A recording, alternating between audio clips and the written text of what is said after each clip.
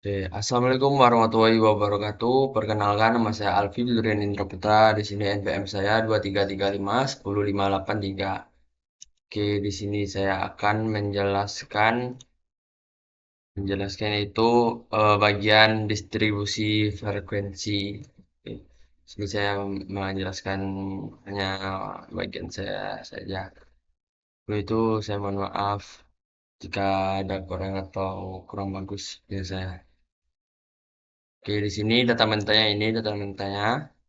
Terus ini nilai maksimumnya, ini nilai minimumnya, ini nilai maksimumnya menggunakan ini rumusnya. Dan ini range data, ini dia, ini. Nilai minimum dikurang, nilai minimum nilai maksimum dikurang nilai minimum. Hasilnya ini 55. Ini nilainya adalah 90. Oke, ini banyak jumlah kelas. Di belakang ini adalah kelas. Ini jumlah kelas yaitu ini nilainya, ini rumusnya. Ini lebar lebar kelas, ini rumusnya. Du, eh, range data dibagi jumlah kelas. Dan ini hasilnya. Ya, kurang lebih jelas. Oke. Ini datanya sudah saya urutkan nih. Ini. Oke, selanjutnya di sini binnya, ini frekuensinya. Dan ini tabel, ini histogramnya, mohon maaf jika salah. Ini sudah semaksimal mungkin. Oke, selanjutnya di sini tabel distribusi frekuensi. Oke, di sini interval kelas yaitu tabelnya 40, terus tuh 48, 56, 64, 72, 80, 88.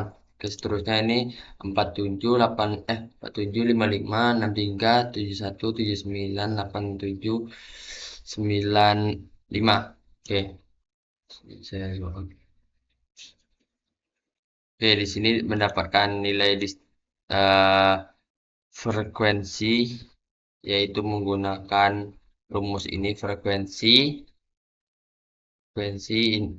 nilai ini nilai nilai data mentahnya di blok, seterusnya titik koma, ini data interval kelasnya, dan ini hasilnya.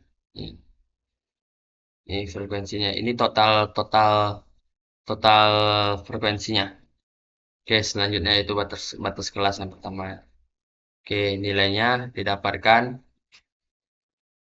oleh interval kelas yang pertama yaitu dikurang 0,5, dan ini hasilnya. Oke, selanjutnya yaitu batas kelas yang kedua yaitu di sini bedanya yang tadi dikurang sedangkan ini ditambah. Nih, dengan ini. Ya, interval ke data kedua ditambah 0,5, dan ini hasilnya. Oke, di sini nilai tengah-tengah yaitu nilai menengah dari ini. Ini kan batas kelas ini. Ini nilai tengah-tengahnya dibagi dua. Batas kelas 1 dengan kelas 2 dibagi dibagi dua. Dan ini hasilnya nilai tengah-tengah. Oke, selanjutnya yaitu frekuensi. Nih, frekuensi itu eh frekuensi eh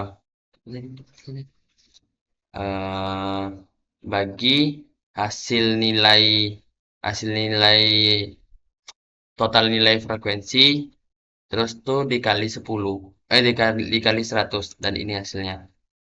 Oke, ini hasil kurang dari yaitu kurang dari nilainya.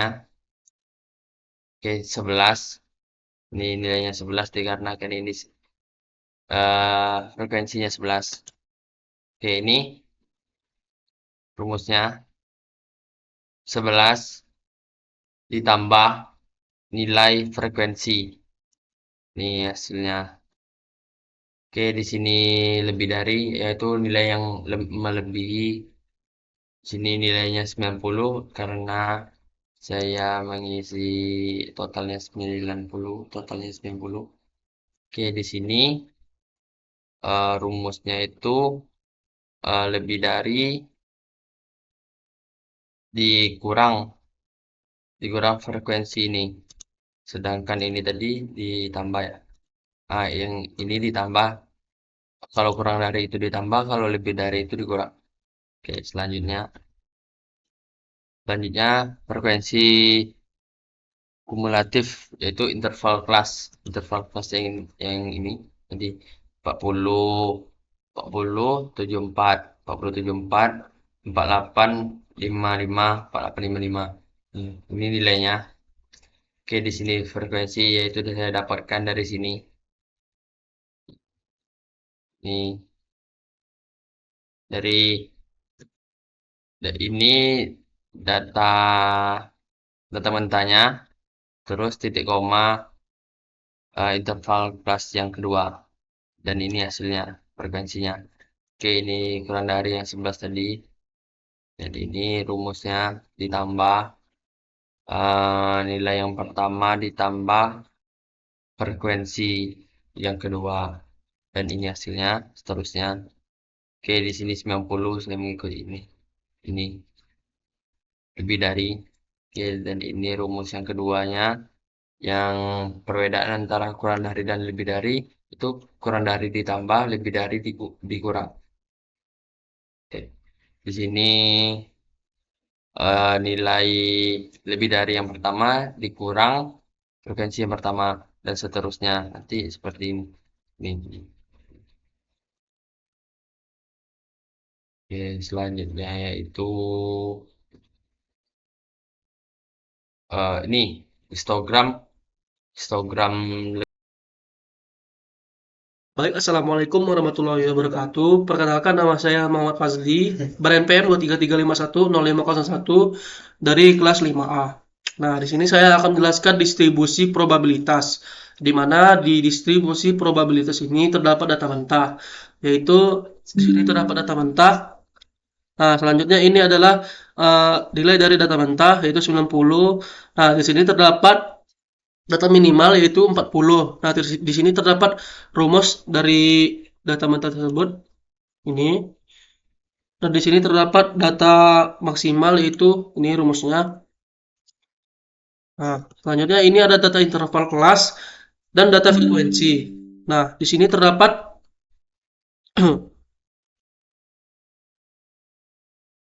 Nah, di sini terdapat tabel distribusi probabilitas. Dan di mana data X ini adalah interval kelas dan di sini probabilitas. Nah, selanjutnya ada uh,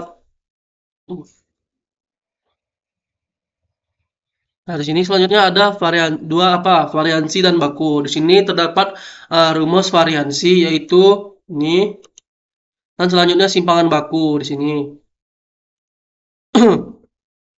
Nah, selanjutnya saya akan menjelaskan distribusi hipergeometrik. Nah, di sini gasnya misalkan kita ingin menghitung peluang terambilnya sejumlah kepiting betina atau jika mengambil sampel acak. Nah, di sini ada tabel total populasi N200. Nah, jumlah terambil betina di populasi itu 54 dan ukuran sampelnya itu 10 ya ini. Nah, selanjutnya di sini terdapat histogram dari distribusi hipergeometrik kepiting betina. Nah, di sini terdapat histogram yang naik turun, di mana puncaknya itu ada di angka 2 dan 3. Selanjutnya, Selanjutnya masuk ke distribusi binomial. Nah, di sini case-nya itu misalkan ingin menghitung peluang mendapatkan kepiting grade A, beratnya di atas 20 oz atau 20 ons jika memesan 12 ekor secara acak dari pemasok. Nah, di sini batas beratnya itu 20. Ya, seperti yang di atas, berat di atas 20 ons. Nah, total data itu ada 200, jumlah lolos 115, X-nya peluang sukses itu ada di angka 0,575. Ukuran sampelnya itu 12. Nah, di sini. Nah, jumlah kepiting grade A dan peluangnya di sini. Nah, di sini distribusi peluang kepiting grade A dari histogramnya, di sini terdapat juga histogram yang naik turun, di mana di sini puncaknya ada di 6, 7, dan 8. Selanjutnya di sini kita masuk ke distribusi Poisson, di mana case-nya itu berdasarkan data historis tercapai total tangkapan sebanyak 200 ekor kepiting selama periode operasi 40 hari. Hal ini menghasilkan rata-rata tingkat kedatangan sebesar 5 ekor per hari. Perhitungan ini bertujuan mencari peluang probabilitas seorang nelayan mendapatkan tepat sejumlah X ekor kepiting dalam satu hari kerja ke depan. Nah, di sini total tangkapan dari kepiting tersebut 200, total hari operasi atau total mencari kepiting itu 40 hari, dan rata-rata per hari mendapatkan kepiting itu 5. Nah, di sini terdapat tabel jumlah tangkapan dan peluang. Nah, di sini terdapat X-nya juga. Nah, kemudian di sini ada histogram dari distribusi Poisson hasil tangkapan per hari, di mana di sini juga histogramnya itu naik dan turun, di mana puncaknya itu ada di 4 dan 5. Oke, habis baik, selanjutnya akan dijelaskan oleh teman saya. Assalamualaikum warahmatullahi wabarakatuh. Assalamualaikum warahmatullahi wabarakatuh. Saya Putra Nugraha dengan NPM 233510717. Di sini saya akan menjelaskan hasil persentase dari kelompok saya yang mana saya menjelaskan tentang uji hipotetis dan uji hipotetis dan ANOVA. Uji hipotetis main populasi. Case, misalkan sebuah standar industri mengatakan bahwa berat rata-rata kepiting yang ideal untuk ekspor adalah 25 OZ.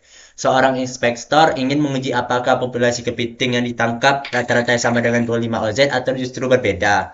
Rata-rata 0 sama dengan 25. Rata-rata sampel 23,75. Simpangan baku 13,95. Jumlah sampel 200. Standar error 0,99. Tingkat signifikan A sama dengan 0,05. T dihitung sama dengan 1 min 1,27. P-value 0,20. Hasil terima H0 atau sama tidak berbeda.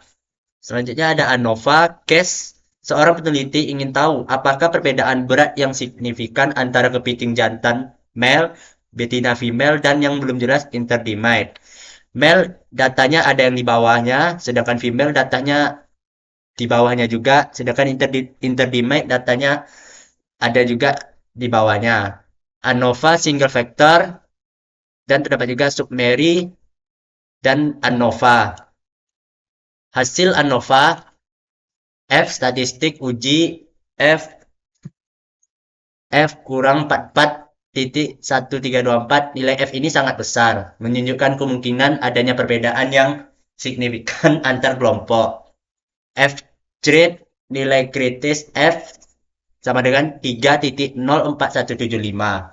P-value 1.4554E min 16 atau 0,0000014,554. Nilai ini sangat kecil, jauh di bawah tingkat signifikansi umumnya, misalnya A min 0,05.